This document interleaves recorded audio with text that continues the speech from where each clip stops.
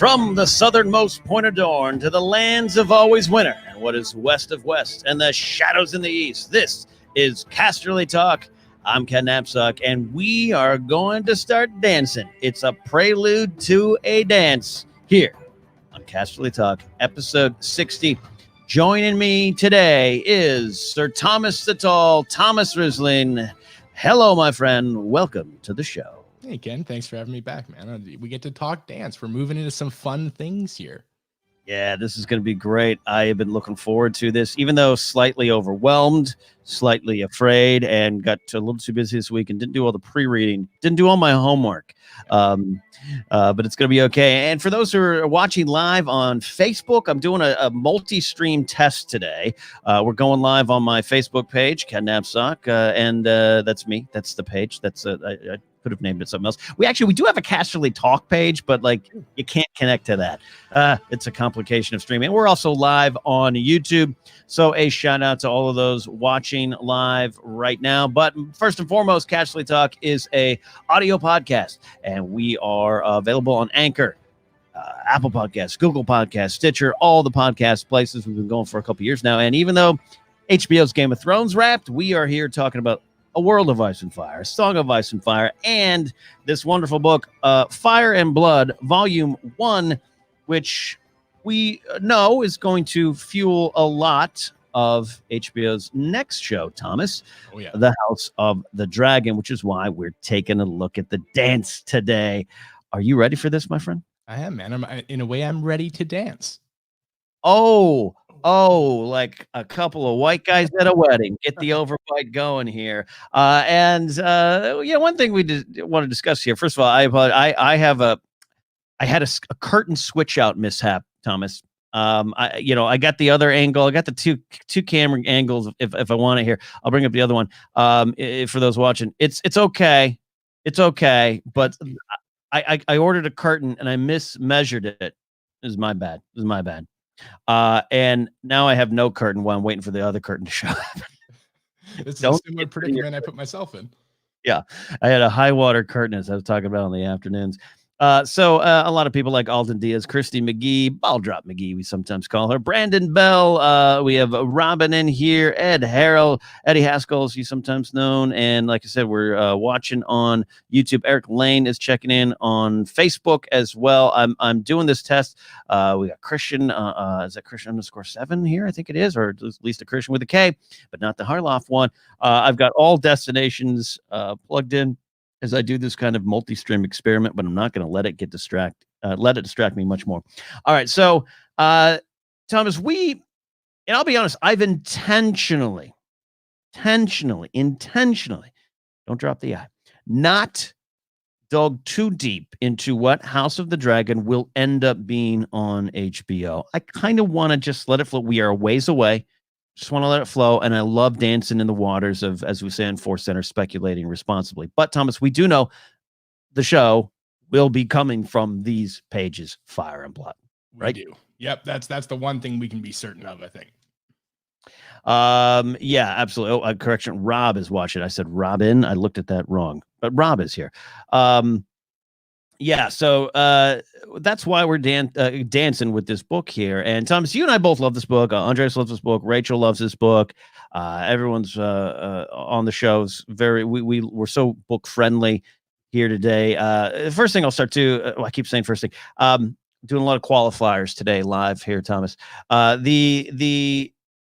There's so many shows out there that dive in for hours, and I listen to them, and I love them. History of Westeros, Alt-Shift-X. There's a lot of the Bay's battles, looks at the battles. I love all those, and I always recommend them and always shout them out because I want you to dive fully into Game of Thrones, World of Ice and Fire, Song of Ice and Fire discussion. It's just best to have a robust look at all of them.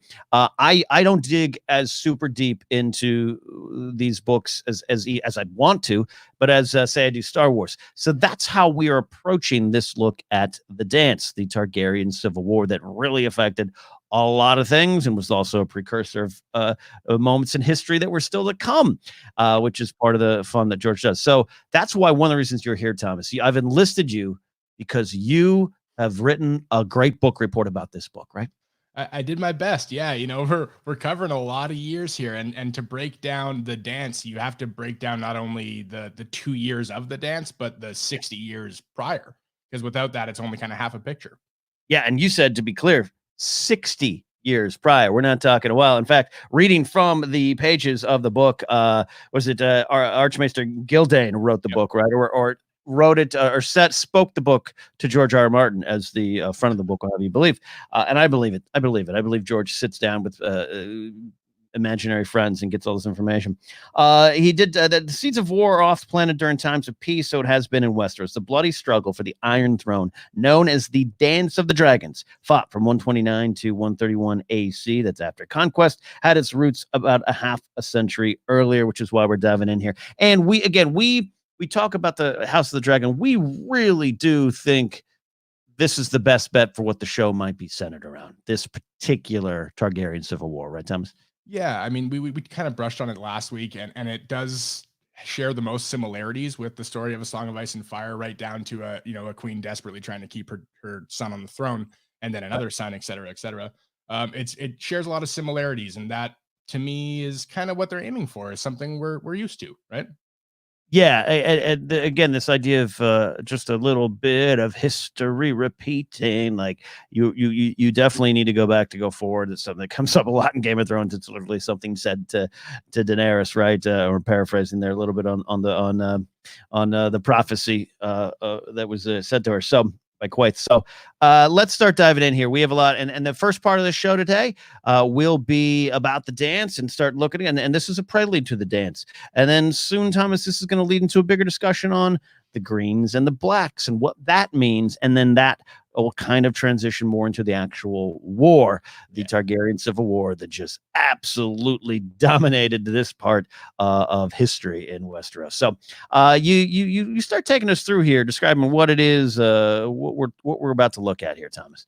Sure. So, I mean, like you said, to do this effectively, we got to go back 60 years plus and go back to when Jaehaerys the old king, the conciliator, began his reign in 55 AC.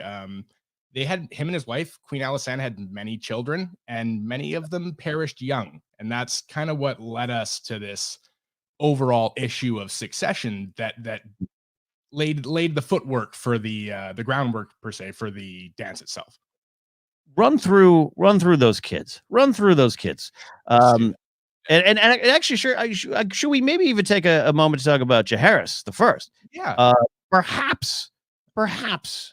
Well, we don't know what Rhaegar would have been as a Targaryen ruler, but perhaps the best of the Targaryens. Not a big stretch to say that. Yeah, I think certainly, as far as the Targaryen king, certainly the finest character morally, and also probably the most successful king. His reign was the most prosperous that Westeros had ever seen, and afterwards it would begin to plunge into decades and centuries of chaos that it would really never come out of. Right. Yeah. I think directly / indirectly leads all the way to the fall in a way, because at the end of this, I'm spoiling the end, but when the Civil War ends, a little less dragons, a little less power, a little less the small folk, kind of like, what's going on with these Targaryens above us, man? Yeah, even leading into the dance, we see such a dramatic reduction in the Targaryen line of succession that by the time we begin the dance, it's already a real serious threat that there may not be those heirs to continue much further if things don't go their way. So take me through those heirs a little bit. Let's do that. So from youngest to oldest, we have Prince Aegon, who was born prematurely in 52 AC and passed away only 3 days later. That's a very common theme in this story. Princess Daenerys was born in 53 and succumbed to the shivers during the winter of 59 to 60 AC at only 6. There's the second.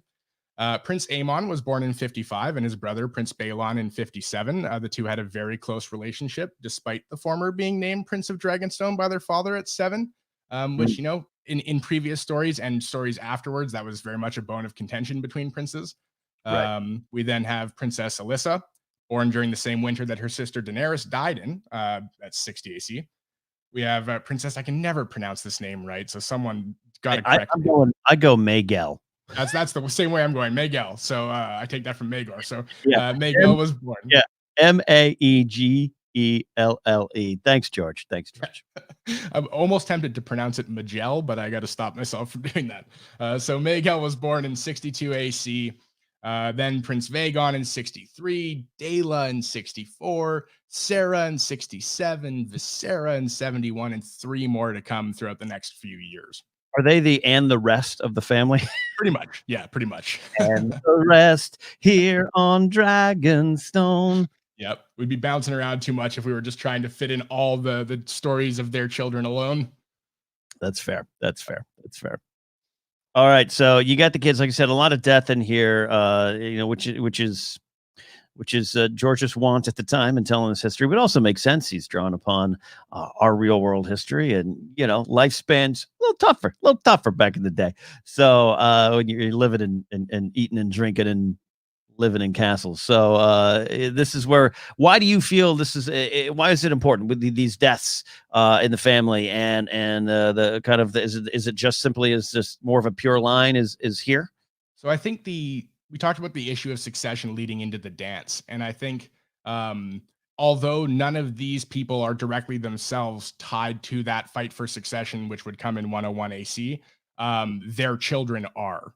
And to describe how this succession got so bungled up, we have to talk about how many of the 13 children of Jaehaerys and Alysanne passed before they could even be given the chance to be given successionship. Right. That's just a simple, straight thing. And when Jaehaerys goes for so long, and this is again going to looking at what we saw in the show. This is why they're just so succession is important. Not just for a Brian Cox-led HBO show, it's important, and that's why they were kind of a lot of conversations around Daenerys in Game of Thrones season 7 and 8 about what happens after. Great, you take over. Yeah. And I mean exactly, and every time we're facing in this fictional history, every time we're facing uncertainty, there is almost always a fight over successionship. It's almost always the center of every Targaryen quarrel for virtually 300 years. Yeah, they all really want to know. Who's in charge after? But it's important. Look at it. Hey, it's important for Baratheons, Stannis, Renly, everything there. All right, great. Keep going here. And what do you got here? Where do we go next from here in the setup and the prelude to the dance? So from here we jump forward to 72 AC, where the 2 princes, Aemon and Balon, at a 15-year-old Prince Balon is knighted, and shortly thereafter claims the famous dragon Vhagar, ridden by Aegon's sister wife. Can't believe I'm blanking on this name right now. Visenya. Thank you. Shortly thereafter. And at 17, sorry, there's been times I've been like, the guy that dies in season 1. Yeah. Teddy? Yeah.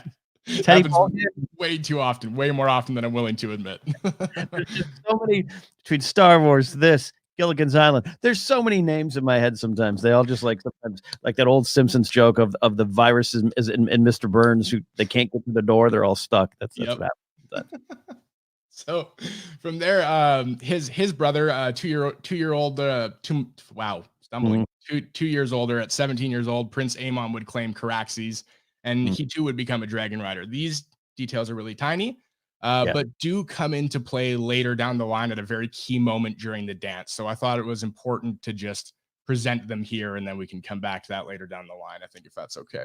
Yeah, well, what do we want to discuss the little details, or just want to sure and come back? You can at least we can explain what the details are.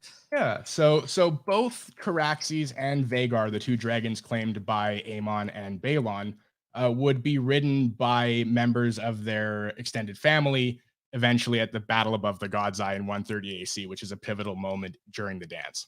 Yeah. And a battle that, when you're reading it, you're like, oh, I wouldn't mind seeing this on my pay TV screen. Oh yeah, especially that final image. Yeah. So moving from there, we move into 73 AC, and we have another death of one of the 13 children. Prince Gaemon Targaryen is born premature, sickly, and small, dying only 3 months after his birth.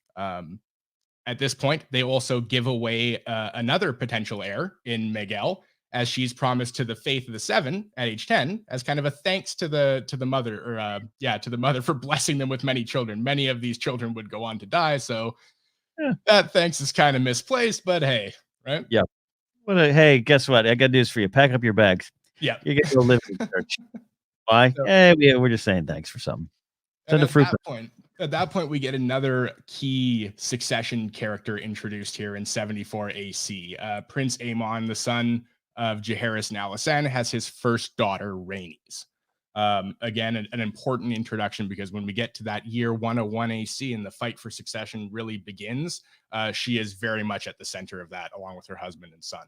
Mm-hmm. And she's got some Baratheon blood in her. She totally does. Yeah. Not to mention later on marrying into House Valerian, which is another ancient house of Valyria, right? So, right. And House Valerian is one of those houses that a lot of people, I think, want to see explored a little bit more on the big screen here, or the littler screen. Yeah, especially Corlys. He's a very interesting character. And in that following that, 3 years later, Queen Alysanne was left bedridden for nearly half a year after giving birth to Prince Valerian Targaryen, who was born in a very similar state to Gaemon, who died 4 years earlier. In the same year, her son, Prince Balon, and his wife, Elissa, have their first son, Viserys I, who goes on to be crowned king in 101 AC during that fight for succession. Yeah, so there you go, right here. Important birthday. Put a pin in it. Yep. And you know, it's kind of sad, but we continue into this loss of successionship. At that point, Prince Valerian passes away only a fortnight prior to his first birthday, and Prince Vaegon leaves to become a maester at the Citadel in Old Town. Later, sorry, go on. No. So, yeah, which is I love that, one of my little favorite little side stories. Yeah, and you know, it's interesting later on going on to become an archmaester. It's hilarious how many of their kids, they're kind of were like, sure, take this one. We've got an heir and to spare, I think is the line they use in Fire and Blood. Yep. Right? Yep. You know, it's good. Heir and spare. Yep. So their last child is born in 80 AC. Gale Targaryen, Princess Gale Targaryen, born to Jaehaerys and Queen Alysanne. Again, their last child. And following that, we get the birth of the rogue prince, Daemon Targaryen, a very popular character in the story of the dance and the years prior to. And he's born to Prince Balon and Lady Elissa. All right. So where does this? We are still many years of away from the dance. So where do you? Where on the time? Why do you feel so far? Where are we on the timeline in terms of importance to building up towards? So we have now cut away half of the potential heirs to the throne of King Jaehaerys I. His two primary heirs, his primary heir in Aemon, the Prince of Dragonstone, being alive and well, with now a son of his own. So that son would then go on to inherit the throne if inheritance was followed correctly as it was normally done. Shortly thereafter, they'd lose another sister, Princess Daela, who would die shortly after giving birth to Aemma Arryn. Aemma Arryn becomes the first wife of Viserys I, and upon her death is really the instigation of what would become the Blacks and the Greens and the Dance of the Dragons. That's really the moment that pushes everything forward. And why? And why do you feel that? What can we draw from that? So Aemma Arryn passes away, leaving a hole for the king. The king not only has no male heirs, at that point he only had one female heir, Rhaenyra. Sorry, 1 second, just lost my point in the notes here. So, like we said, we had to reread everything coming in. Yeah. No, yeah. Believe me, I've been like going through these wonderful words just this morning over breakfast, while also trying to manage my MLB The Show team. We're at the All-Star break. It's an important week for me. So yeah, Viserys at this point was left without a wife and without a male heir. The nobles at court very much pushed him to remarry, and within a year he did. He remarried Alicent Hightower, who would go on to become the Green Queen. And that's the divide between her and Viserys's only daughter, and at that point heir, Rhaenyra, would become the beginnings of the Blacks and the Greens. Rhaenyra becoming the Black and Alicent becoming the Green. Right. Which, going to be next week. We'll talk, or the next episode we dive into this, I should say.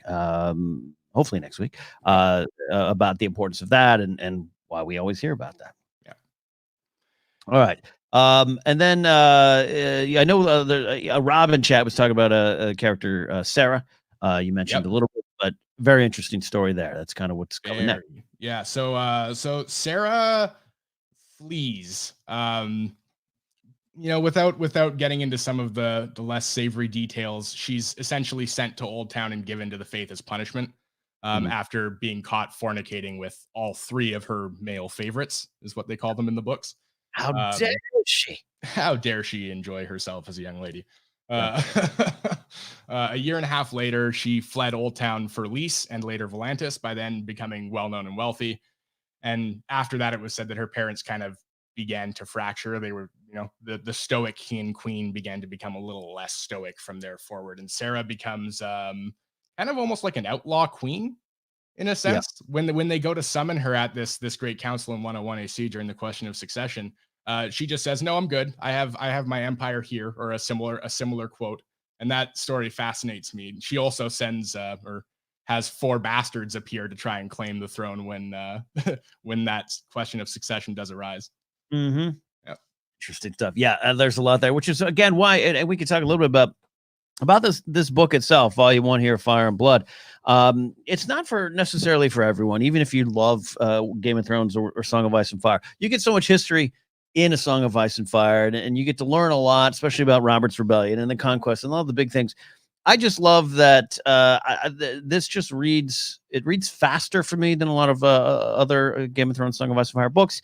I don't know if you feel that too, Thomas, but it just kind of moves faster. And then I love the little side things just could be their own stories. And in fact, George has written a lot about side stories here in other little properties too. So I don't know. That's why I love this book. The stuff you're talking about with Sarah going over Volantis and just that whole thing opens up, and you could just follow that thread for a long time. There are so many small stories within this small story that are extraordinarily fascinating. Sarah's being one of the primary ones, and Vagon's being, I think, my second favorite. A Targaryen leaving that chance to become a maester is a fascinating story. So very, very fascinating. Yeah. And as Rob points out in chat, Sarah's first word was no. That says a lot about the character. Shout out to Spud Murphy. A lot of people chatting in the chat about the show, about House of Dragon, and about what it could be. Again, we're just running through some history about what possibly could fuel the center of the show. All right, back on track here, Thomas. We're getting closer to the dance. There's still a lot on. So it's funny. We're now edging up to the moment I initially started this outline with, and then realized we couldn't start there. I just want to make sure we're not missing anything. So the only thing really in between here is that in 87, Rhaenys, the daughter of of Daemon, it mounts her dragon Meleys and becomes a dragon rider herself. This would kind of further her want for succession. She had some people backing her after that. Becoming a dragon rider amongst Targaryens was a very favor earning thing. That's probably a terrible way to say that, but sure. We'll say it like that. Favor earning. I like and you should too. Aspire to be a favor earner. So one more of Jacaerys and Alysanne's children die in between here, and that's Princess Visera, who died at 15 after basically an accident on horseback, being thrown from her saddle into a wall and breaking her neck. Distraught after losing 3 children in such close proximity, Queen Alysanne wanted to bring Sarah home, and the king was having no part of that. He called his daughter a Lyseni whore, and this kind of kicked off the first quarrel, or the Great Rift as we know it. The queen refused to accompany the king on his progress through the Westerlands and returned to Dragonstone. They wouldn't see each other again for 3 years. This is important because the second quarrel is all about succession of the throne, and specifically who succeeds Jaehaerys. So in 90 AC, and again, we go back talking about Corlys Velaryon, at 16, Princess Rhaenys would marry Corlys Velaryon of her own volition with her father and grandfather's blessing. So again, an interesting small story beat in a larger story. We're not seeing a 16-year-old given. We're seeing a 16-year-old who is, fallen for a man and believes this to be the right match. And that I also found that interesting. Whether you trust the judgment of a 16-year-old to do that or not, I don't know, but yeah. But it's something different in this story. Like you said, choosing, having the power of choice here. Very much so. So in 92, this is really where things kick off, is in 92 AC. This is where we start to lose the main heirs. So after pirates who were driven away by the Archon of Tyrosh after the Mirish bloodbath invade the eastern half of Tarth, Prince Aemon valiantly decided to lead an assault on the pirates and arrived well before his son-in-law Corlys Velaryon. After arriving, Prince Aemon met with Lord Cameron Tarth to assess the situation and was struck in the throat by a pair of Mirish scouts who fired crossbow at Lord Cameron and struck accidentally Prince Aemon. The Prince of Dragonstone, heir to the Iron Throne, was now dead, and that yeah. Sorry, continue. Yeah. No, yeah, that exploded succession right there. That's the beginning of the issue of succession. And it's one of those things I wanted to highlight it. Just I take a lot of these things in Star Wars too. I take emotion first, right? And I was so in Aemon Targaryen. I just remember this Prince Aemon was just when I was kind of rooting for him for some reason. And then when that it happens, thwack, you almost hear it, and I had one of those like, well, that's not going to go well type of vibes. Yeah. And that's why, again, I don't just see Fire and Blood as this unimportant side project. I really do think it's a part of the story. A lot of the stuff, again, tells the future and everything, but you can get invested in just these names, these characters, and there's so many stories in here. Yeah, I completely agree. And there's, like we said, these side stories are kind of what keep me going. I think if Fire and Blood was just kind of a monotonous history of this person was born and then this person died, it would be very dry. Right. Yeah. So continuing in 92 AC, as Aemon's only child was his daughter Rhaenys. This just exploded the issue of succession. King Jaehaerys then enraged his wife. This began the second quarrel. After passing over his granddaughter Rhaenys, who was then pregnant with an unborn child. He instead chose Prince Baelon, which, again, historically is not a bad move, but only over Rhaenys because of gender. And I think that's very telling. And going forward, that becomes a repeated move as it was in the past. And again, this triggers the second estrangement between the king and the queen that lasted for 2 more years. Which is saying a lot, because again, especially when you read the beginning of Jaehaerys and Alicent's reign, like they're like the sweethearts, man. You're totally rooting for them, like you're really in their corner, and it starts to break your heart when they're just like, for good reason. Some of these riffs, I understood them, especially from her point of view, but you feel it, and you feel the nation feels it, the world feels it, the Seven Kingdoms feel it when this king and queen are apart. I think, like we human beings have an attachment to the story of a mother losing a child, but we're talking about a mother that essentially goes on to lose 12 before she passes, and that, again, a small story that is just tragically heartbreaking, and you want to know more, right? She's a character I feel like I could have a whole book on Queen Alysanne, and it probably wouldn't fill in the blanks for me. Yeah, no, I mean the processions, the tours around the world, up going to the wall, all that kind of stuff. She's a real fascinating character. Yeah. I don't. Would you mind if I read this quote from her? Please. That I pulled out here. Yeah. Please. So during this meeting between the king and the queen, when he denied Rhaenys successionship, the queen famously said, "A ruler needs a good head and a true heart. A cock is not essential. If your grace truly believes that women lack the wit to rule, plainly you have no further need of me." She then departed for King's Landing on Dragonback. I don't know. Again, there's this book, Fire Blood. It's what, about roughly 150 years in the next volume. So the show, you got a lot of places to choose from. If they're gonna, I would love to see this on screen. I'm just like, you got no further need of me. And dragon flies off. It could be actually an interesting, oddly enough, it could actually be an interesting cold open. Yeah. To open with the scene of the first real discussion of the issue of successionship. That creates a mess, but. Yeah, we talked a little bit with Rachel last week on if you can do the kind of the Lord of the Rings, the World Has Changed kind of prologue. Would it be the Conquest? Speaking to a general TV audience. Yeah. Not people who are going to go dive in deep, like History of Westeros podcast show fans, those who like to crack open a beer like us and just kind of take this in as it comes along with some details, important details as you go, or casual fans. So casual fans might need some context. Where do you go if you set up the show? How much do you get?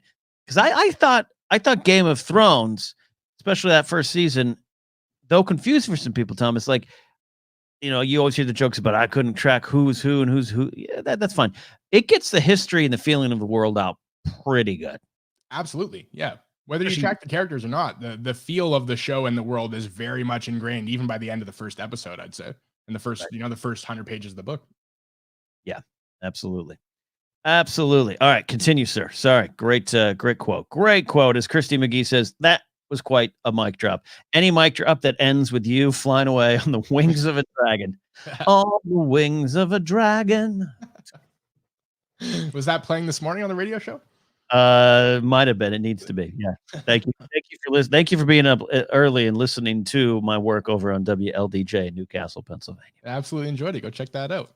So the new Prince of Dragonstone at this time, being named by his father, Balon Targaryen, then led a successful retort on the Mirish pirates who invaded Tarth and killed his brother, returning as a hero and, kind of gaining some additional fame as now the only potential male heir left, really. Right. He's campaigning pretty well at that point. Yeah. He was pretty uncontested. In a year later, Queen Alysanne would fly her dragon for the last time. Shortly thereafter, she broke her hip and was on a cane for the rest of her life. So again, we're seeing the deterioration of the good queen. And Silverwing wouldn't be claimed again until Ulf the White, again in the Dance of the Dragons in 129. Okay. So this is, we kind of see a consistent thing with these dragons here. Every time they disappear, they're popping up in very important situations.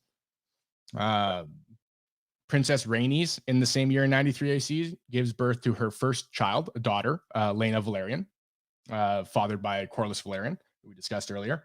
And in the same year, Viserys I, who would go on to become king, marries his cousin, his first wife, Aemma Arryn, which we also discussed earlier. Sure. Works for me. Yeah, they'd go on to have 3 children. One died unnamed in infancy. Rhaenyra, born in 97, and Balon, who would die a day after the birth that claimed his mother, Aemma, and then launched the issue of the Blacks and the Greens. Yeah. Another key thing that happened in 93 AC was the fact that Viserys I mounted and claimed Balerion the Black Dread. This is the Balerion the Black Dread. Yeah, the Balerion the Black Dread, over 120 years old, ridden by Aegon the Conqueror, solidified the 7 kingdoms, melted the swords for the Iron Throne. This is a huge moment that, again, a favor gaining moment at court for him, right? This is like Michael Jordan turns to you and says, come join me on a court for a 2-on-2 contest. I still got it. You can play with me. Yep, exactly. Except if Michael Jordan was the size of a skyscraper. So a year later, the king and queen reconciled after that second rift, again with the help of their daughter Septa Miguel. Miguel, I did it again. Miguel. Balerion, sadly, less than 1 year after being claimed by Viserys I, dies of old age, which is a very rare thing amongst the dragons of the Targaryens. They all seem to kind of die in a fiery blaze. Yeah. So it, for me, is kind of nice that Balerion has this relatively peaceful end. I feel like there's some poetry in that. Yeah, I like that. Moving onward, Viserys would never again bond with another dragon. That was it for him. And in 94, Rhaenys would give birth to a second child, a son, Laenor Velaryon. This, again, further complicating matters of succession for those who supported Rhaenys after Queen Alysanne put her forward in 92 AC upon the death of Aemon. 96 AC, another one of Jaehaerys and Alysanne's children dies in Septa Miguel. She contracts grayscale while treating children with the disease and passes away shortly thereafter. No Samwell Tarly to save her, huh? Oh, unfortunately not. She's no Jorah Mormont in this situation. All right. We are now at this point, Thomas, we're roughly, 35 years before the actual dance here. Yep. So we're getting close. But you can see, again, all this starts building upon itself. Rifts, people being jumped over, girls being jumped over when they should have been the rule. A lot of heirs going different places, rightful heirs dying. The pressure is building whether they see it or not. Yeah, and it all comes to a head in 101. So we're almost there. We're getting so close. Yeah.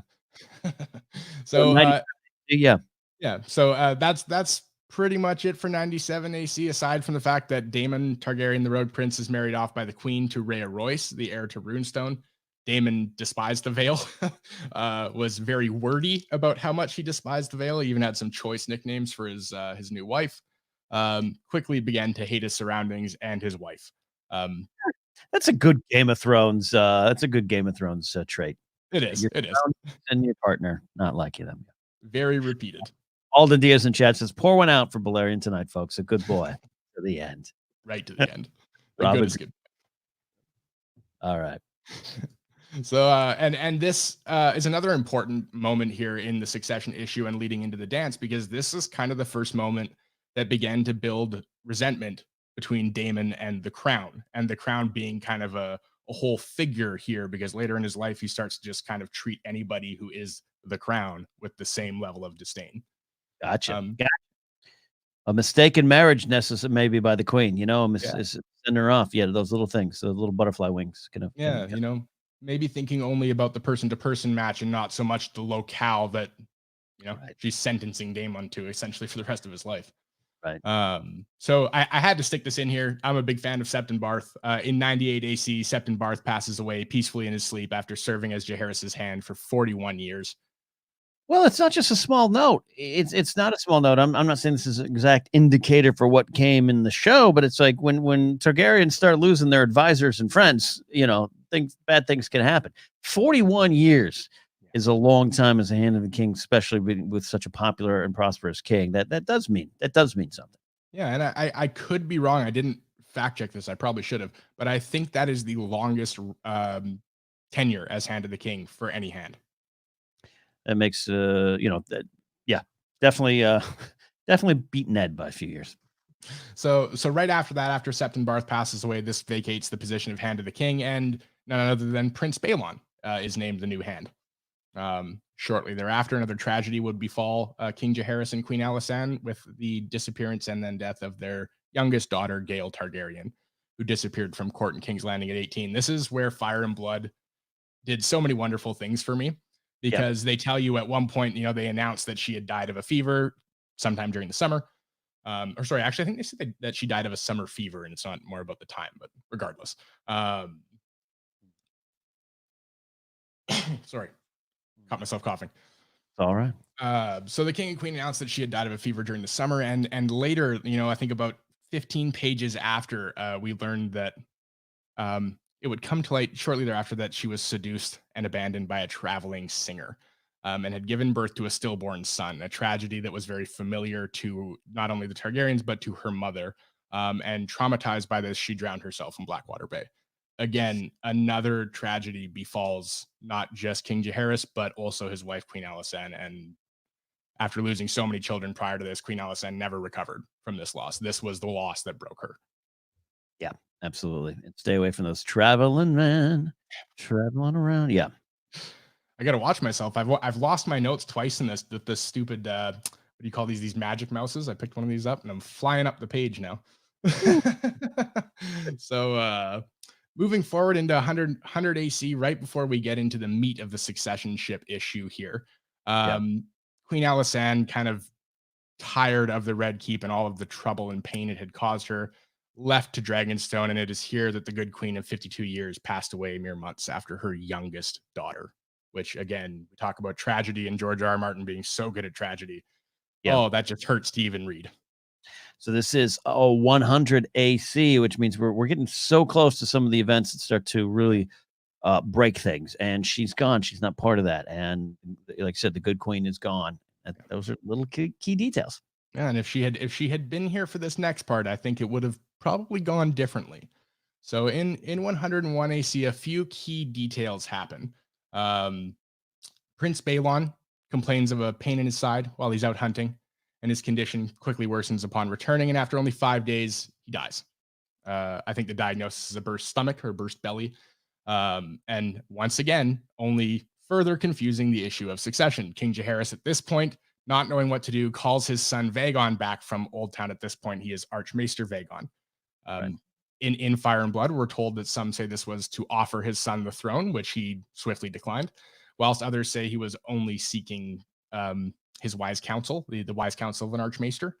But Vagon did suggest to his father that the king call a great council meeting. And at this great council meeting is really where this story kicks off. This is everything up until this point has only been to set the stage for this meeting. this council meeting. Okay, so we've got, let me take it back. You got, what do you got? You got some 30, almost 40 years. Yeah, pretty well 45. Yeah.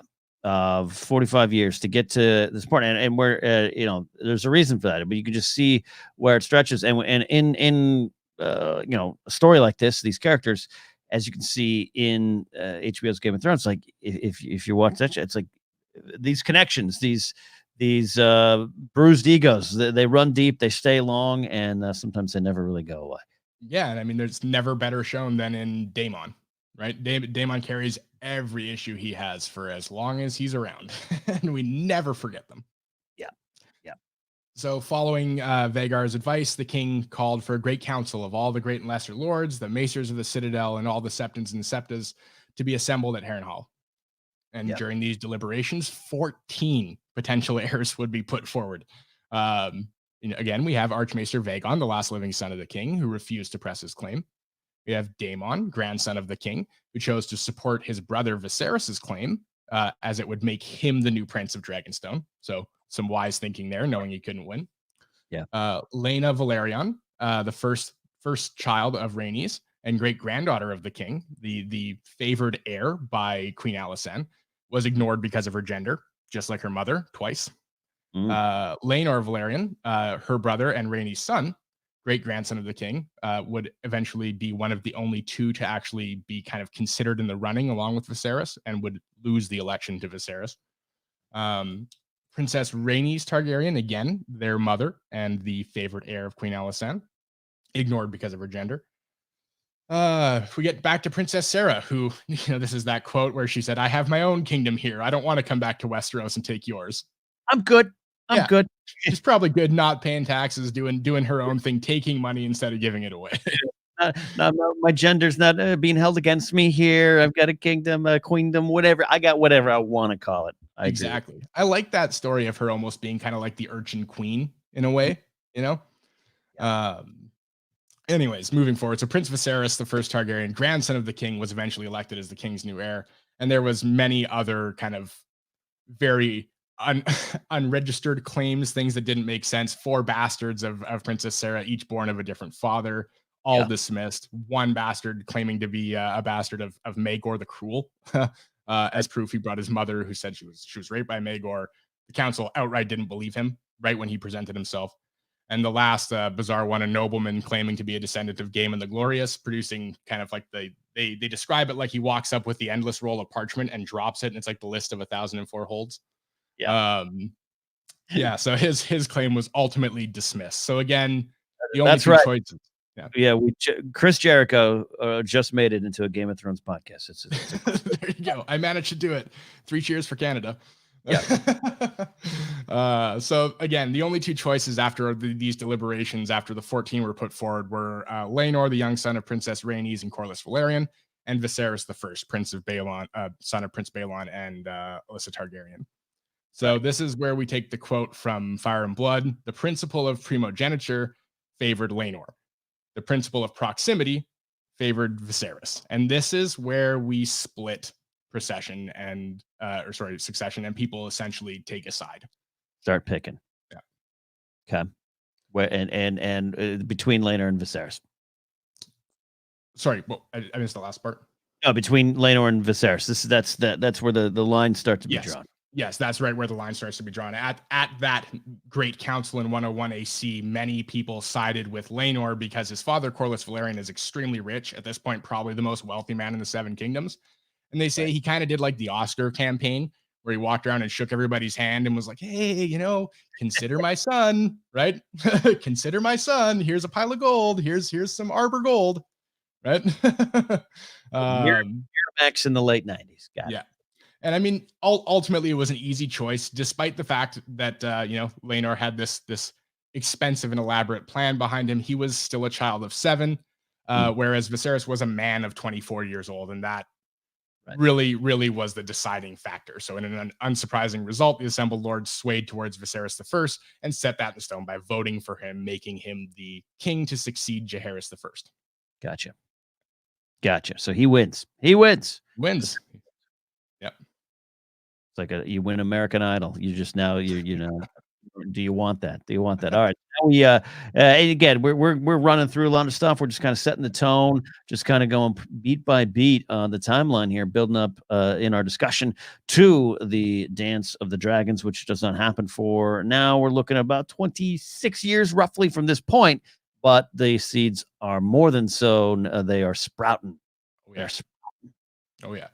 And we have another kind of the last of these sad moments for King Jaehaerys and Alysanne, who have both passed away. And it's around this time where Archmaester Vaegon Targaryen passes away, leaving only Sarah in Volantis at this time surviving them, which is, again, just sad that the only child that survived was the one who fled.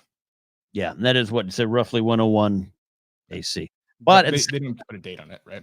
Yeah, roughly, yeah.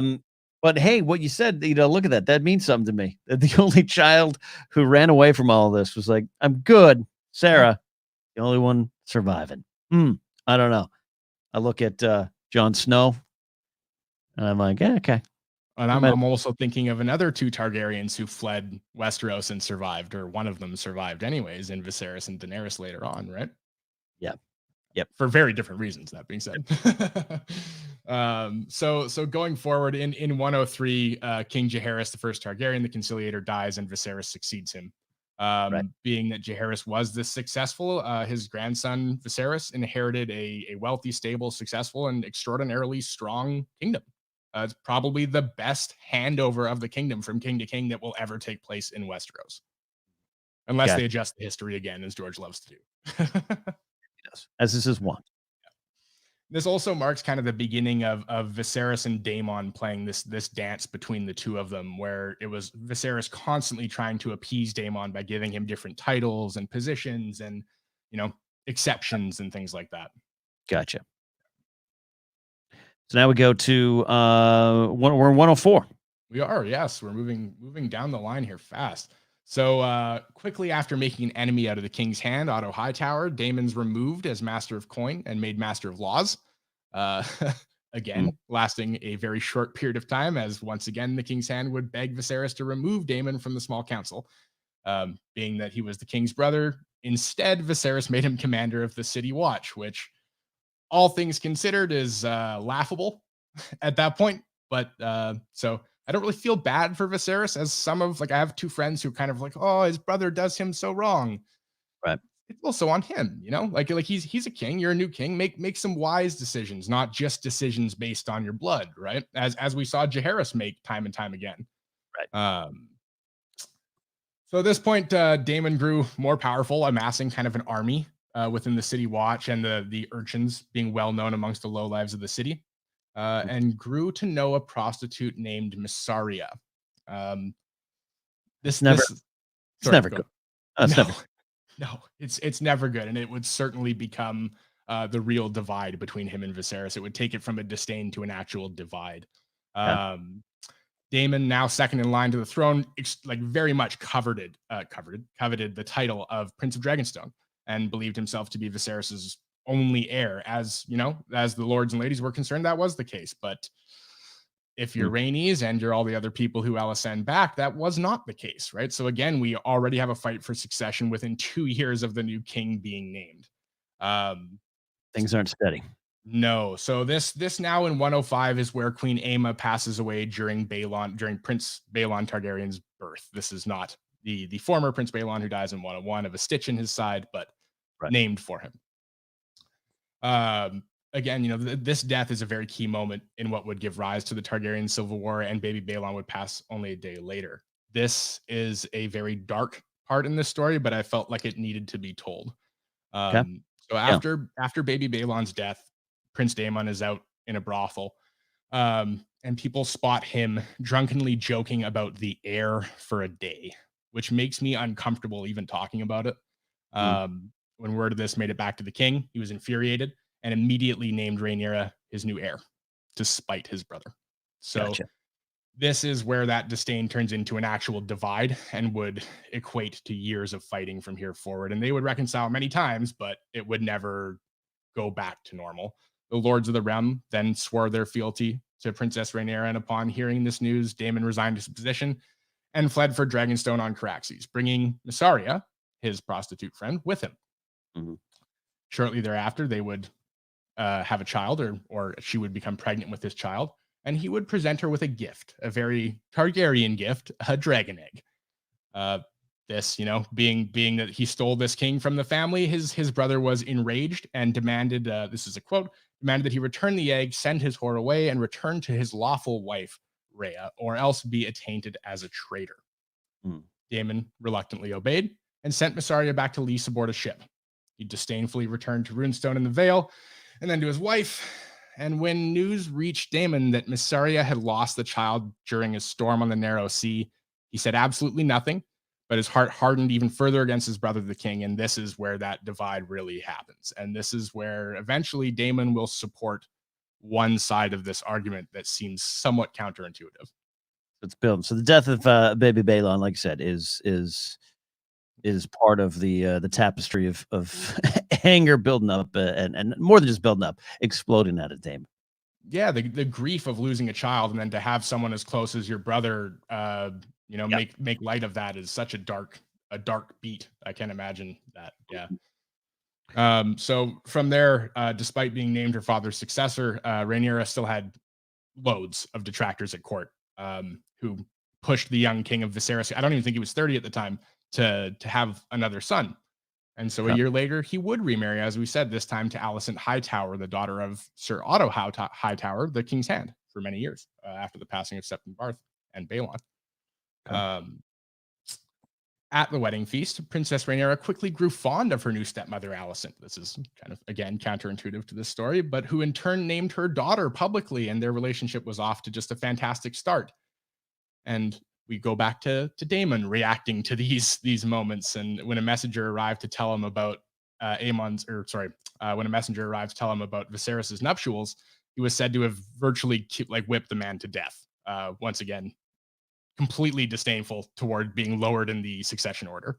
And Targaryen rage is real. Oh, very, very real. Yeah, very real. So once again, Daemon on Caraxes then fled the Vale of Arryn and led an army alongside Corlys Velaryon and his fleet to invade the Stepstones. Once again, deserting his wife Rhea, and this time making an actual enemy out of House Royce, which again comes into play later in the dance. Mm-hmm. So a couple of small details here in the next 2 years. Really only in 107 AC and 108 AC, the only major detail is that Prince Aegon's born to King Viserys I and Queen Alicent, his first male heir. Mm-hmm. And then in 109, Princess Helena is born to the king and queen. At this point, King Viserys, there's a small note that I thought was kind of interesting in here. We talk about this separation between Viserys and between Viserys and Daemon. And after conquering nearly all of the islands, Daemon declared himself king of the Stepstones and the Narrow Sea and was crowned by Corlys Velaryon. And during this time, King Viserys was actually funding these war efforts in the Stepstones, despite not being in agreement and not actually publicly supporting what he was doing. He was sending gold and funding the efforts. So it's almost like he was glad to be rid of him. And he's like, here's some money, go fight your war down there, stay out of my hair. Gotcha. Is that like, it's almost like when you promote someone you don't like to a new position to get him out of your office? That works for me. Yeah. That's pretty similar. Yeah. So we are almost there. We are almost at the tourney that kind of gives the name to the blacks and greens. So at 110 AC, slow. What was that? Slow clap? I missed that. Leading a slow clap for you. Everyone's excited your outline's exciting, people, and I love that. Awesome. So in 110 AC, Prince Aemond, the second male heir, is born to King Viserys I and Queen Alicent. And again, that potentially burgeoning relationship between Princess Rhaenyra and Queen Alicent quickly soured. Both of them wanted to be the quote unquote first lady at court, and that made them butt heads on almost every issue. And despite the fact that he actually had two male heirs, King Viserys had yet to rescind the order of succession he had bestowed upon Rhaenyra. So Rhaenyra at this point was still the princess of Dragonstone, despite two capable male heirs.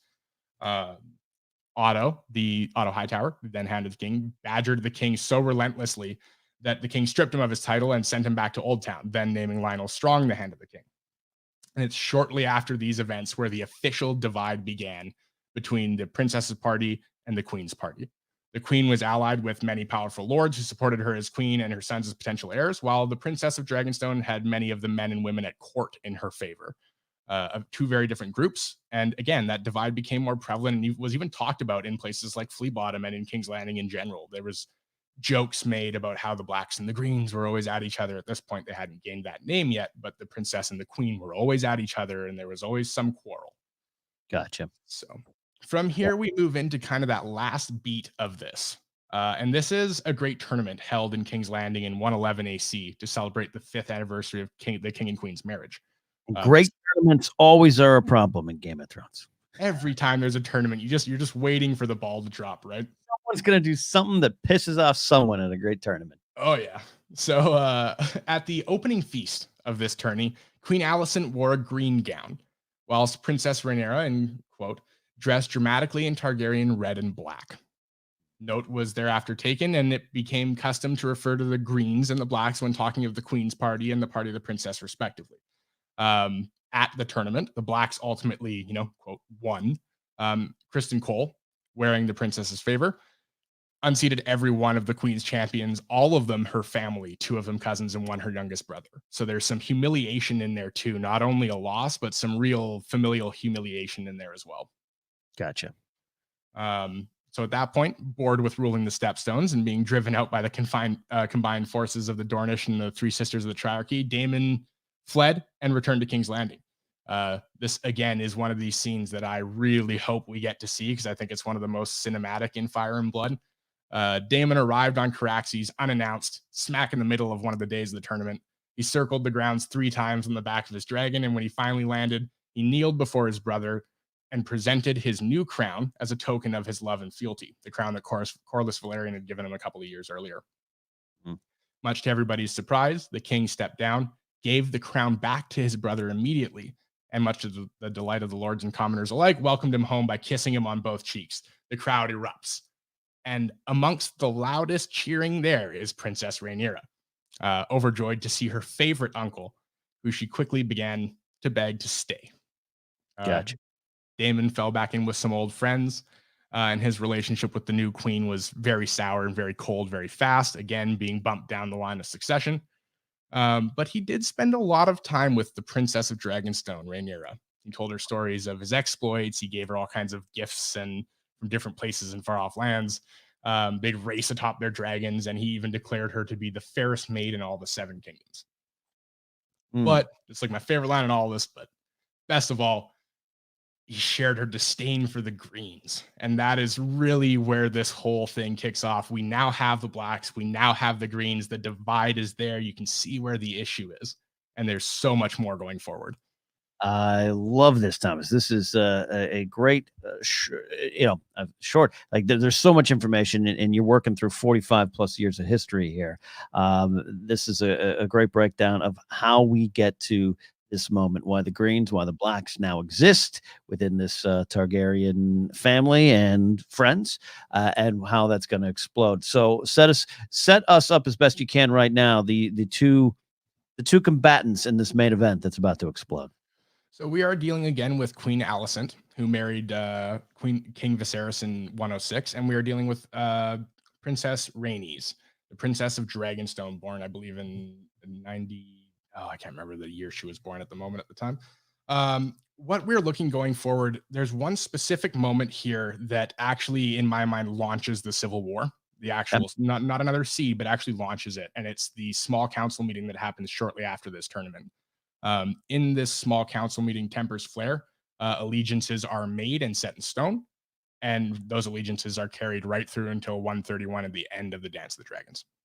And there you go. So we're going to get into more of that in other episodes here. We felt it was important to set the tone and just have fun with this. And not that Fire and Blood needs an advertisement from us, but just that these are little kind of entry points to these little fingers of story that crawl off and they jump off the page a lot, which is why I've seen some people who don't love this book as much, and that's fine. To each their own. We experience these stories differently. It's just you feel they do such a good job, especially after Jaehaerys dies. There's kind of a sense of like I said, underlying dread, tension that things which were so good for so while that just there's darkness looming, and you know it's coming. If you've just a casual fan, you've heard of Targaryen Civil Wars, you've heard of there's some dragons and they do love to dance. You really start to feel it in this book, and why it all it's so layered and done so well by George R. R. Martin. This is what he does, and now it all kind of leads to this big fun confrontation. Fun So, for us. We enjoy this history, but maybe not so fun for the people involved. yeah, absolutely. So next time, and we're not necessarily done talking about it here now. Next time, we're really going to take a dive into, um, we're going to take a dive into more of specific details as we lead up to the actual fight, the dance of the dragons and all the characters and all the key moments that might fuel this show. We say might, and I've seen some wonderful conversations here in the chat. Thank you for everyone who's watching along. As Ranger Donald said, that's a whole series just there. Kristen McGee says riveting. Spud Murphy wants you to pour yourself a drink, Thomas. Danielle Ramirez says, I really enjoyed this book. I was pretty pumped to get an actual Targaryen history book, and just what we read in a World, not just what we read in World of Ice and Fire. Yeah, World of Ice and Fire is a great book too. And I think when I first heard about this book, Thomas, and this book came out, I was thinking, all right, World of Ice and Fire. I had a lot of fun with that. It's a tabletop book. You kind of flip through, you read a painting, you check on something. I read every page, but I didn't take it all in. I just kind of, it's here.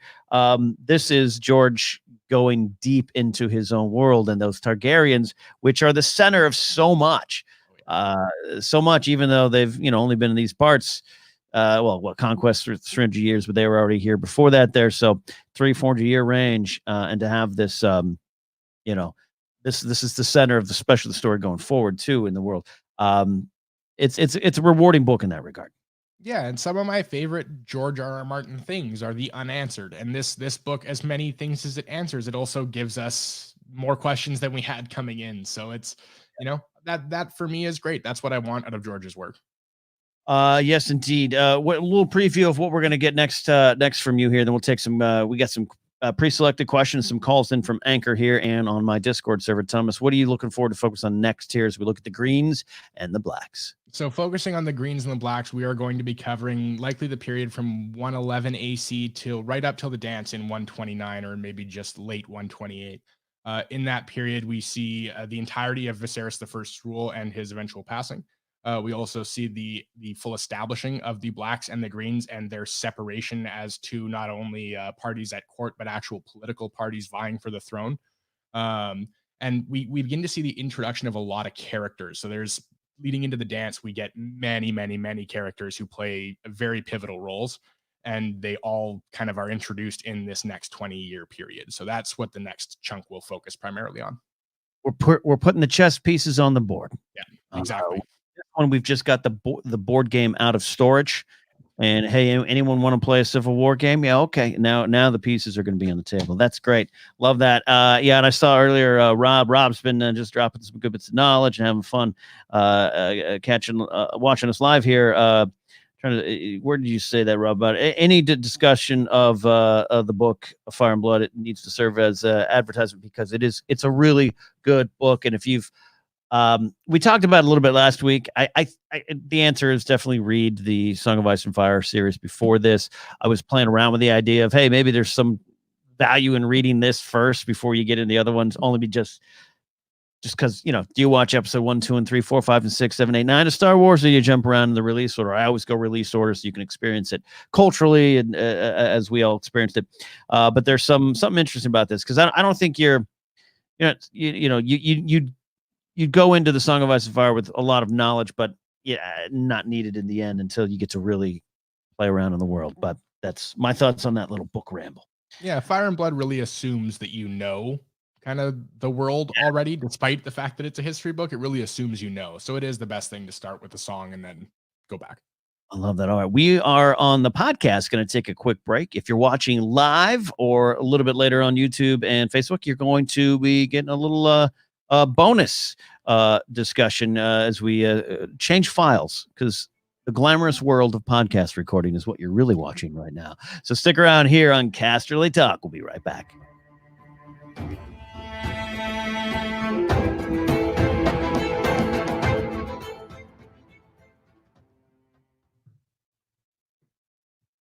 All right, beautiful. How's everyone doing live in chat? Thomas, you can catch up with some comments and take a sip, man. That was some great stuff. That was you gave me an 18-page outline with points, and I just said, let's just run through it. Let's get everyone up to date as best we can. So how do you feel? How do you feel? I feel great. I'm honestly a little tired. It's a lot of history, but it's something I enjoy. So I always feel like I come out of these conversations invigorated and kind of inspired to look into more. If that makes sense.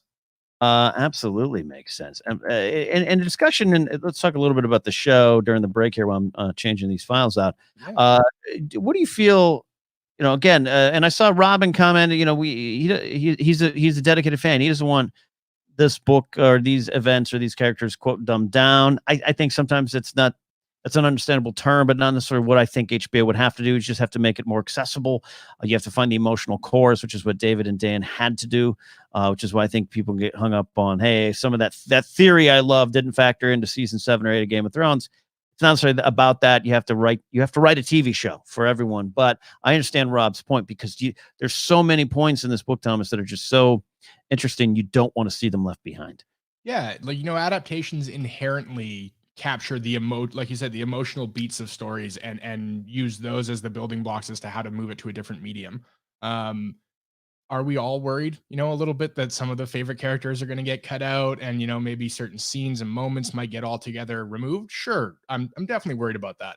But I fully trust, just like I've completely enjoyed all 8 seasons of Game of Thrones, I fully trust that I'm going to enjoy House of the Dragon and however they decide to adapt, whatever they do decide to adapt. I think, again, I've tried my best to stay away from anything that's considered like leak material. But I know George did make the comment. I think Chad B in your Discord server brought it up to me. George made the comment in one of his Nada blogs that, if you're curious about what this is going to be about, maybe pick up the Blacks and the Greens. So, yeah, there you go. Makes a lot of sense. And Ranger Donald asks this. Rob says, kudos to you. You would have to cut a lot of characters out, but which ones? I don't know. Yeah, and that's the thing. And that's the thing when you're sitting down producing a program, producing a story, producing a television show, or maybe a movie, to throw certain things out when you too probably love them, and that's the tough thing. The tough thing to do. The first casualty for me, and I hate to say this because she's one of my favorites, is Nettles. I genuinely think if they cover this, that Nettles could be a casualty of the adaptation. And why do you say that? Just because just some of the doesn't affect the bigger beats of the story? Kind of like Jane Westerling. Like, you can do it with another character that's more a part of the rest of the story, or that you can introduce in a way that isn't so connected to every other story beat.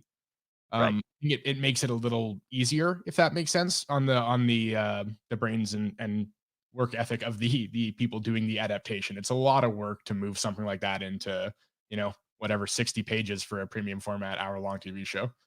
Beautiful. Premium format indeed. All right. We are going to come back here. If you're watching live on YouTube, Facebook, we're now going into the second half of our podcast recording, and we will get into that shortly. A click of the buttons, and here we go.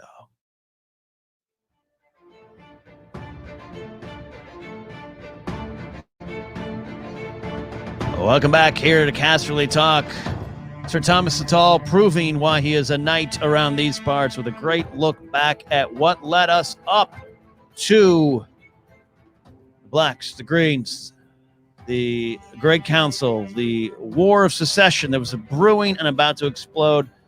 All of this could factor greatly underlined a few times into the upcoming HBO spin-off, prequel series, whatever you want to call it, House of the Dragon. All right, Thomas, we have some questions. We got some calls coming in here shortly, but first let's go to some questions here from my Discord server that you can reach going to my Patreon page, patreon.com/Ken Napzok. Anyone who signs up and supports is eligible to pop into the Discord server, and there's a Casterly Talk channel there. So let's go in here. I am reading this one from Ranger Donald, who is live in chat right now. He says, hey, Ken and the rest of the council. Today, Thomas, but Ace, Lon, and Rachel is here in spirit as well. Ranger Donald asks, in the books and show, everything largely takes place and talks about in Westeros and Essos, also the occasional what's west of Westeros. But the land I'm most interested in, and that never really gets mentioned or talked about, is Sotheros. What do you think about it, and what's going on down there, if anything? And do you think we will ever get to learn more about it, other than what we know, or even see it, or is it more fun just being a mystery? Also, quick thoughts on Yeti and why George creates these interesting areas and makes far back histories about them than just leaves them be. We're talking about all this history. George does love to do that. So, okay, take it away, Thomas. What do you think about Sotheros? This mysterious land to the south. There's a couple things. There's a clip that pops into my mind of George being interviewed alongside Linda and Elio, the people that have kind of curated his world for him. And he's asked the question, hey, when are we ever going to see more of Sothorios? And he kind of does the answer, well, when I feel like writing it. And that, again, is why I love George.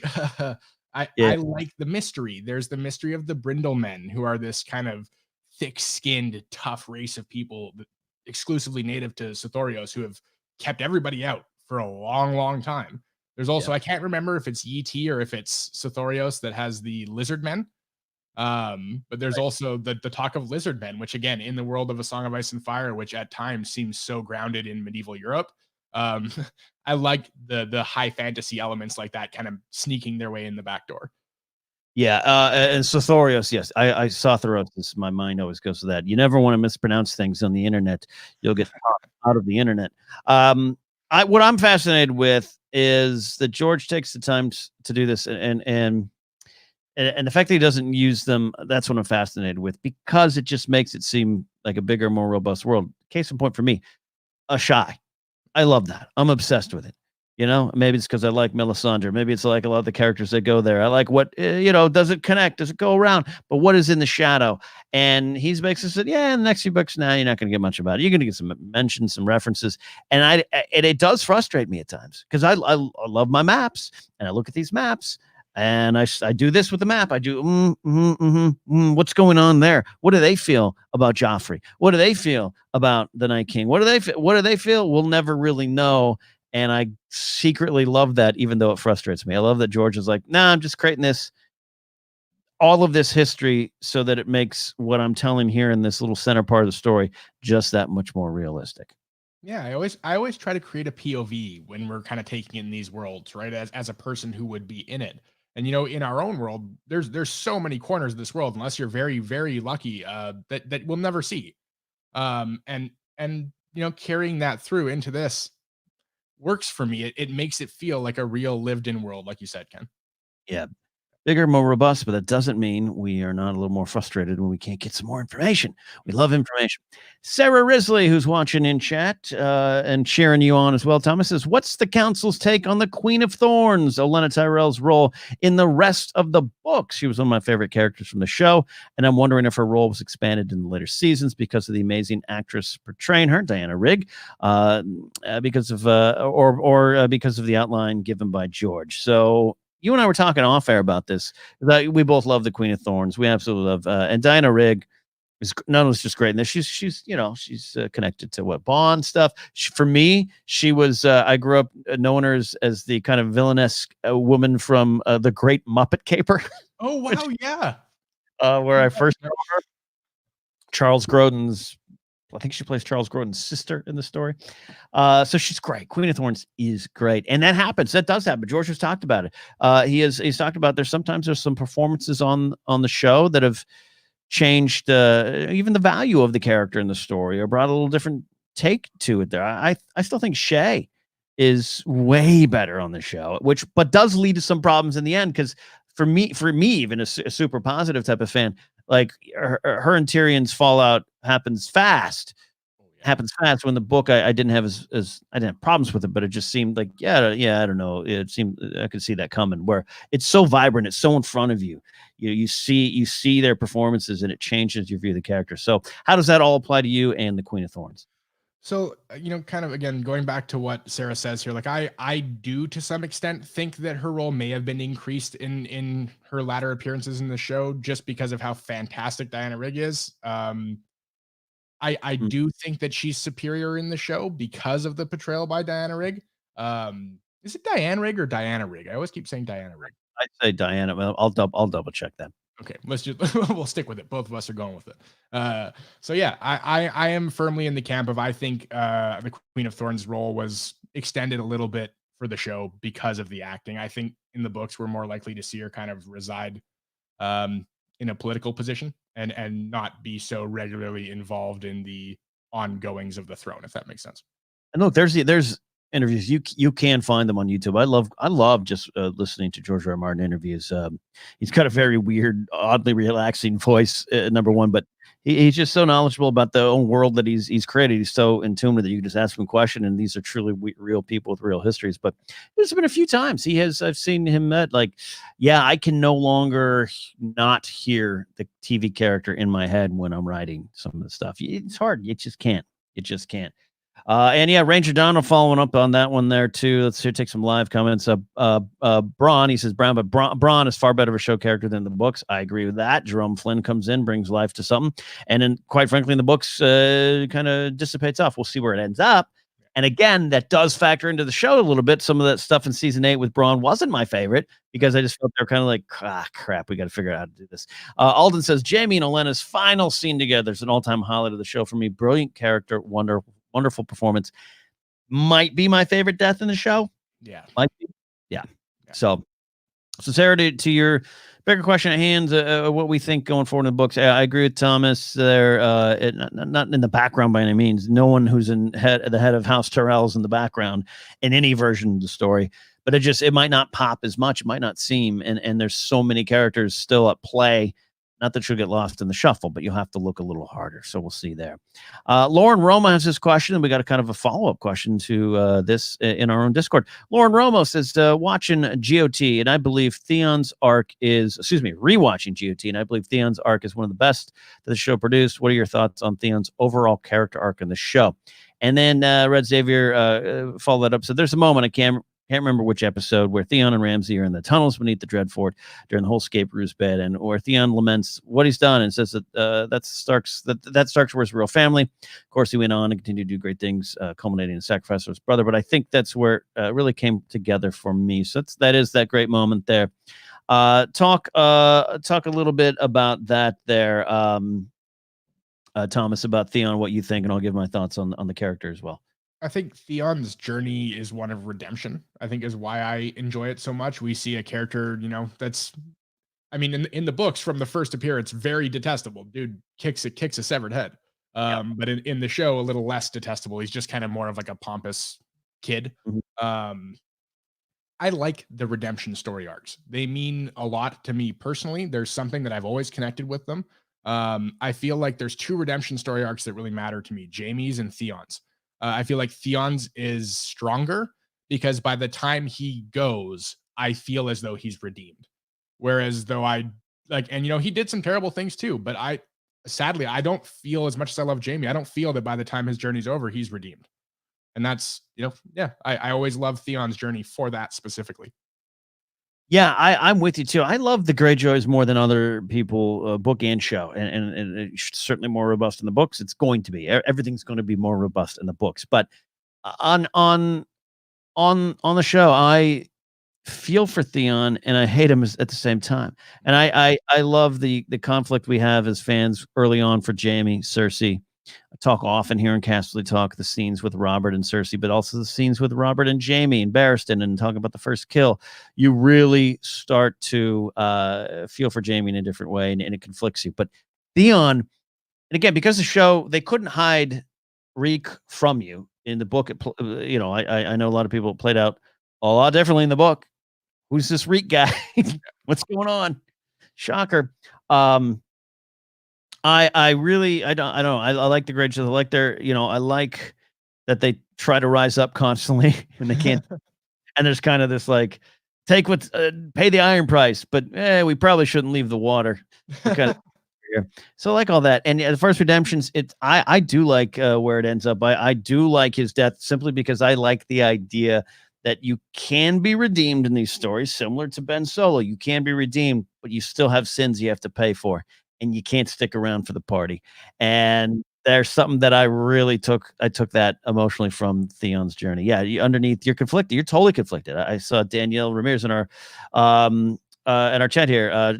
Number one, Alfie Allen did a wonderful job in the show, but she said Theon Reek stories are so good and emotionally conflicting. Yeah, because you're like, yeah, you took Winterfell and that led to Maester Lewin's death and all these horrible things just on the show. I want you to die, but then you're there and you're like, this ain't right. Something's going. He just wanted to be loved. Yeah, those emotional stories, those side stories, whether you consider Theon and Jaime side characters or not, I guess is a matter of subjectivity. But those stories are so emotionally conflicting, like you said, because you have two halves of your heart. You have the half of you that wants to say, this guy's bad. He's done reprehensible things. How can we forgive him? And then there's the other part of you that says, he's done so much to come back. He's trying so hard. Every mistake he makes is for the right reason. And still when it happens, again, with Theon, I feel like he's come back. With Jaime, I just don't feel like it totally got there for me. But that moment that you mentioned where they're talking about their first kill, I also feel like is kind of indicative of the world the boys are raised up in. Yes. It changes, and they're all raised at a young age to know death as familiar as well as they know their sword hand, right? Yeah. And that's kind of disturbing as well, right? Setting Jaime up as almost a tragic character in a certain sense. Yeah, a lot of tragedy. Sarah's got a great question here. Is Theon's character arc the only true redemption in the show? Every other character, like Jaime, is still who they are at heart. Yeah, that's tough. That's tough to maybe for me to answer, because again, I don't know. Like I understand. I still love Cersei's end, right? I still love that she came the kingdom she wanted. The only thing she wanted was what destroys her, and it becomes crashing down on her. But she gets a little bit of love. She gets to feel it because Robert stares at her and says, there was no chance for us ever. Yeah. No. And our main man, Jorah, too. He has a great full circle redemption story in my mind, right? He's exiled. Yeah, he does.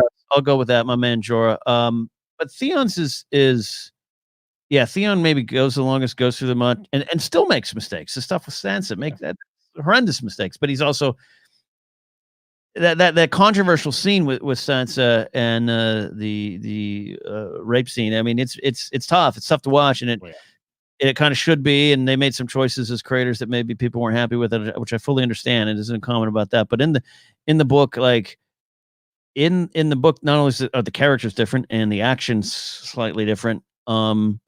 That's the most I felt for him was that book. Yeah, and I think ultimately it comes down to that not making the same mistake again. He had the chance to run again, facing the Night King, and didn't. Yeah, right. That's learning from your mistakes. That's all we can expect of people, right? Right. Theon, you're a good man, says Spud Murphy. Must admit that scene brought a tear to my eye. That's great. And a lot of people, you guys are doing great with some follow-ups. Rob's pointing out Sandor too. Yeah, there's a lot of I think I understand the spirit of Sarah's question, though.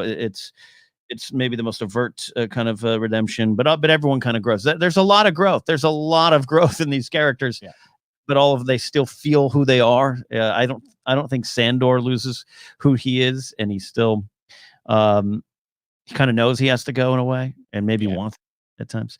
Jorah's good answer there too. All right, so we are going to go to some calls. If they're not live calls, they're pre-taped calls from Anchor. If you listen to the podcast, you can go over to the Anchor app, call in. You got about 59 seconds. We do have a double call from someone who's been trying to get in. I want to make sure to take the call. It goes back to some season 8 questions he had that I had originally tried to answer, probably on the fly and a little incorrectly. So here we go. Bring this up so they're not staring at our faces while we look, if you're watching live. And here's the first one from Mitch. This is a 2-parter from Mitch.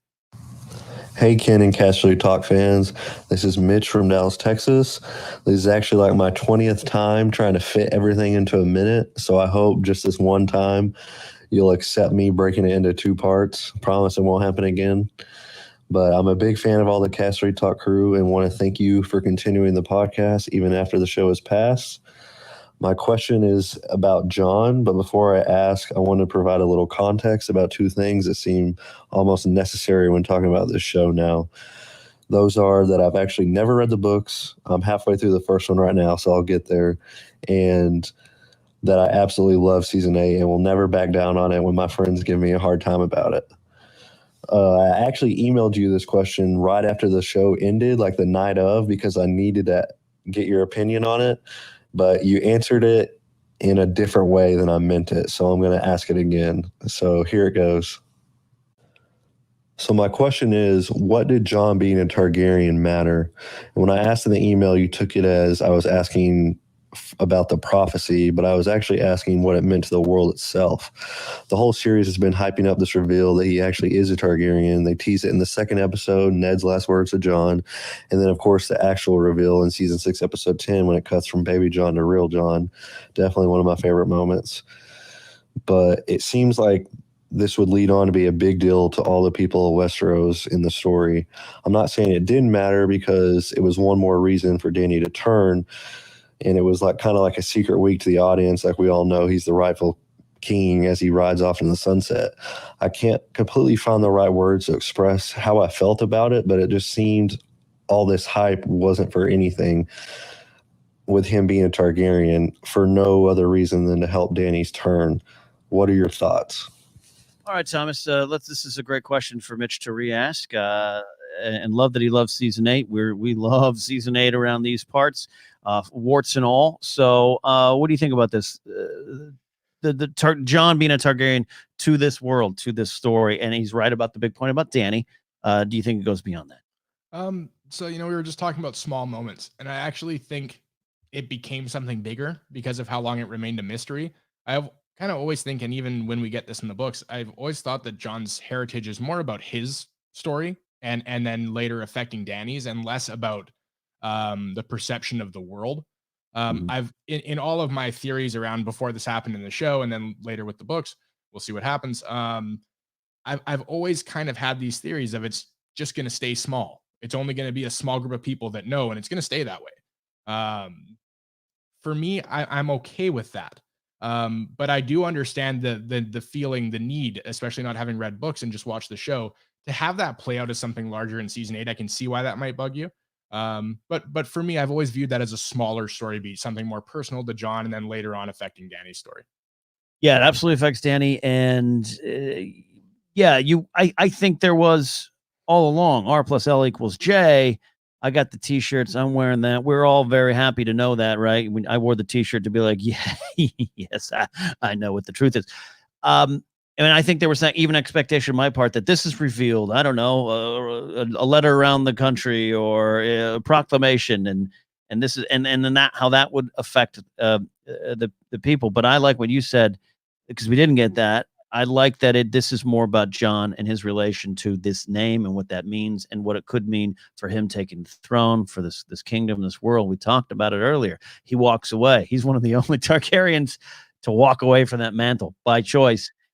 If you're following, what Sarah said, that could be a tip of not that he's going to go have his own kingdom and be rich and proud, but just kind of walk away from it all and be the last one surviving. I kind of like how it affects that. Similar to the name Skywalker affects everything, the galaxy. But for a long time, the only ones who knew that Luke and Leia were the spawn of Anakin Skywalker, who became Darth Vader, was them and maybe Han and the small people. And it was what they did with that knowledge before the galaxy really figured that out at large. And the name does mean something going forward. So I don't know. I like I like your take there, that this is more about how it affected Jon.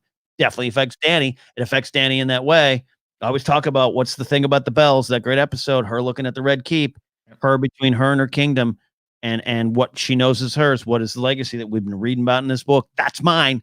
Yeah. And that's one of the things in front of her. That's why it's powerful. But I like what it means to Jon on a personal level. Well, we also just talked about Targaryen succession issues for, however long. So this is kind of a thing. You can imagine if Dany knows anything about the history of her blood, in the books, I can imagine there may be some worry from her there that is specifically related around all of these issues of succession that the Targaryens and kings in general have had in the past. The only other thing on my mind is that Jon is, from the very beginning, especially when you go back and do a rewatch, and even a reread, Jon is a very fractured young man, like emotionally. You can tell there's a piece of him missing. For me, that piece has always been the Targaryen lineage. And what I loved about the show is it's very George-esque tragedy to answer one question and really not have it answer anything for him. Yeah. It changed his name, and that's about it. He's still not a Stark. He's still not a Targaryen. You know, I hate to say it, mildly for Jon, mildly inconsequential. Yeah. From my point of view, mildly inconsequential for him as a person, and how it affects his life in total. Yeah. Doesn't knock him off maybe from who he is or makes him more who he is. But these are great questions. Yeah. And again, Mitch, I love that Mitch called back. Mitch, thank you for watching, listening. Thank you for continuing the conversation. Sorry, I maybe misinterpreted it early on back in the day. But yeah, I loved it's a great question. And there's it's reasonable to expect that it would have ended up being dealt with more by the kingdom at large, but it wasn't. And I think it was because it was supposed to be a little bit smaller. All right, we got a couple more questions here. Thank you for the supersized edition, everyone, for sticking around, watching live or listening later. We having a lot of fun doing this. We got a couple calls here from Mark Meyer and Eric Monroe. Eric's a great contributor, has a great call every week, and I love this one here, Thomas. Hey, Ken and Casterly Talk. So one character I personally really hated was Janos Slynt. I didn't like him in the books, never liked him on the show. I loved when Tyrion sent him to the wall in season 2. But because I disliked him so much, it's what made his execution scene so satisfying. I absolutely love it. I love that he thinks Sir Alistair Thorne's going to protect him, but no, he just gets out of the way. It's basically like, you got yourself in your own mess. There's nothing I can do about it. I love at the very end, before Jon takes his head off, that he admits the truth, that he's a coward. He says, I've always been afraid. And, Jon still, as Lord Commander, does his duty, takes his head off. And I love the moment where he looks up at Stannis, and Stannis gives him that little slight head nod of approval. So what did you think about Janos Slynt? Janos Slynt, Thomas. I love to hate Janos in the best way. And unlike any other character on the show, he starts where you're like, I don't know, I don't like that guy. And he ends where they're like, I don't like that guy. Kill him. There's not a lot of shades of gray for this character. And I love that. Yeah, I like you just said, there's not a lot of shades of gray. I'm glad when Janos goes. That moment for Jon, I think is a moment of remembering Bran and Bran's first beheading. Right. Don't look away. Father will know if you do. I think in that moment, when Janos kind of breaks down and is honest, I think there's a moment there where Jon wants to look away and remembers his father, not his father's, his uncle's, their adoptive father's teachings. Right. I think there's a nice callback to be found in there if you want to read that deep into it. But I do have a tendency to read too deep into some of these things. So you could never do that. I was sorry. I'm looking down here because I want to make sure. I always forget the actor's name. It's Dominic Carter, who is the actor on Game of Thrones who does it. And I think it's important to know again. As Rob says, Janos Slynt has such a punchable face. That's that performer. That's an actor who just did such a good job of just continuing to be a little coward. And when he's at the wall, this is why I love Sir Alistair Thorne. I really do. And he deserved what he got to, and he knew it. I fought, I lost. Boom. That's it. I love that even Sir Alistair Thorne is just like, yeah, no, you're on your own, buddy. I do still have honor, and I'm not sticking by you on this side because you have none left. I think I love that. Yeah. Honor to the very end, right? Yeah. That's Spud says, I'm denying the existence of your honor. One of the great Tyrion lines. Yeah. When he sends him up there. All right. We got one final call here from your buddy, Mark Meyer, checking on in here. Tell him also about the podcast you guys do, Thomas, while I'm queuing up this call. Yeah, we have a collaborative podcast feed called Feeding the Monster podcast feed. You can find us on Twitter and everywhere else. Basically, what we're doing is just trying to lighten the burden of these tough times. Nothing we do is too serious. It's all with a little bit of a comedic twist, and we have a myriad of different shows. So I'm sure you can find one that interests you. Myriad shows. That's a good way to approach it. All right, here's Mark's call. Hey, Ken and Casterly Talk. This is Mark Meyer, and I wanted to ask you something. I know we've probably talked a little bit about Ramin Djawadi's score and how amazing it is, but how often do you find yourself going back and jamming it? I'll tell you something that happened to me not that long ago that was sort of a revelation. There's a track from season 6 called The Tower. And we know that this is the music playing when it is finally revealed what's going on in the Tower of Joy. We meet Lyanna. We are introduced to baby Jon Snow. And I noticed that going back to season 1 soundtrack, there's a track called Goodbye Brother. In that track is when Jon Snow is asking Ned Stark about his mother, where she is. Does she know about me? If you notice, that motif is the same motif used in the Tower for season 6. And it makes me wonder, do you think Ramin Djawadi knew, or is that just a big coincidence? Love to hear your thoughts. Ooh, getting into the music of Game of Thrones. First of all, if you've not had the chance to go see Game of Thrones live, the live concert experience with Ramin Djawadi, just being an absolute rock star, do it. I've had the chance fortunate enough to see it twice. Once at the Hollywood Bowl, once down at the old Great Western Forum. It's just an amazing show. And when you go to those type of things, when you really just focus on the music, we all know we love the music. We all know we love the opening theme, and we love Dracarys, and we love all those things. It's better than you even think. It's better than you even have, let it get into your heart. It is in your soul when you watch it. And the themes and the motifs and everything he does, like I've never been I thought I wasn't a huge Arya Stark fan in terms of the music. Like, love the character, but like, some of the music that plays a lot, I like it, but it's okay. In concert, it like jumped out at me, like, this is her. This is so her. So I don't know. What do you think? Do you think there was some kind of clue there, or I don't know. We'll never get that answer. But what do you think? I immediately go to the conversation that we know Dave and Dan had with George at the restaurant when they pitched the show, and he looked to them and said, "Hey, who's John's mother?" And they answered it bang on. So in my mind, they knew. Yeah. I don't know that they would have told Ramin Djawadi. I don't know that there's a need for that. I think they tell him, hey, there's this reveal will come later. Maybe let's add something in. I don't know if they have control over the score like that, to be honest. Musical motifs are one of my favorite things. That's why I love Lord of the Rings. The score pushes everything forward, and Game of Thrones is no different. I honestly can't say.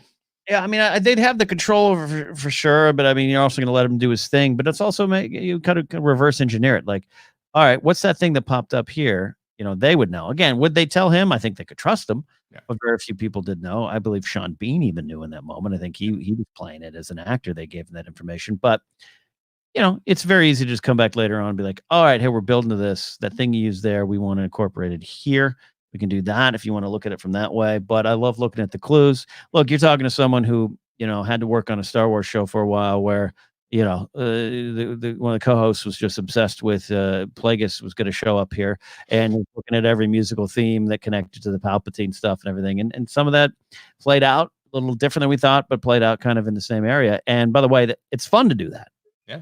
Say that, like, it'd be fun to listen to it and be like, oh, you're right. It is the opera scene. Ooh, speculation can run irresponsibly after that, but that's a different discussion for all fandoms, but particularly Star Wars. But so, yeah, I love that. I love these scores. Again, I pay attention to the dialogue more, the stories first, then I go back later on the music. I know people like Mark Riley. He's all about the scores up front and dives in. David W. Collins has that great show, the soundtrack show. I recommend it. There's a lot of powerful storytelling done with the music of these type of properties, Thomas. And you mentioned Lord of the Rings, Howard Shore. And so it's not surprising that kind of stuff is there. Yeah, no, absolutely. This is and the moment Mark's mentioning is one of the earlier moments of true heartbreak when you go back to rewatch the show. That, like you said, it's hard to think that Sean Bean didn't know in that moment because his face is so telling. That's one of the best moments of acting in the first season. Well, yeah, and again, I gotta find, man, I gotta remember. You see so many interviews, especially on YouTube. They're little clips, and a lot of times they're not sourced to the original thing, and that's why you can find a lot of these George R. R. Martin interviews. But I do believe maybe it was on commentary, season 1. Listen to the audio commentaries. I do believe they gave Sean Bean that knowledge and just him, similar to Mark Hamill and the reveal of Vader. Only as an actor, they want him to play it right. Also, as a director, producer type of thing, you're going to look at an actor and say, make the choice you'd make, and it's going to play different than we could even write it. So I think it's valuable to give him that. I also recall something like that. I didn't want to say for sure, but I do recall something like that, him being told in advance. It really might be commentary track stuff. Yeah. And Rob says you can't go wrong with Sean Bean's acting in general. All right, we have this has been one of the supersized editions of Casterly Talk, but that's because we love talking. And I want to thank all of you who listen and continue to listen. And don't say, "Oh, Game of Thrones show. Game of Thrones is over. That's done with." No, the world of Ice and Fire is so big and huge, and it's not just about looking back at the show. It's about looking what's to come and diving on. And I, as someone who's read all the books and has read Fire and Blood, still want to go in. Still have trouble remembering which high tower shows up where and everything. And I am excited to take a dive back in. I know Rachel Cushing is. Lon's just reading the books for the first time. Andre's ready to dive in. And Thomas, that's why you're on the team, man. You got a great mind for this stuff and a lot of fun to just kind of roll through it now. And we start really diving into what it means to the story going forward, or at least the story that we think's coming. Yeah. So thank you. Thanks for coming on board. Appreciate it. Make sure you put yourself over. Tell them what you're doing again and where they can find you. Yeah, I'm on Twitter at Thomas Rissling, Instagram at @Rissling, and you can find all things podcast related for me over at FTM Podcast Feed on Instagram and Twitter.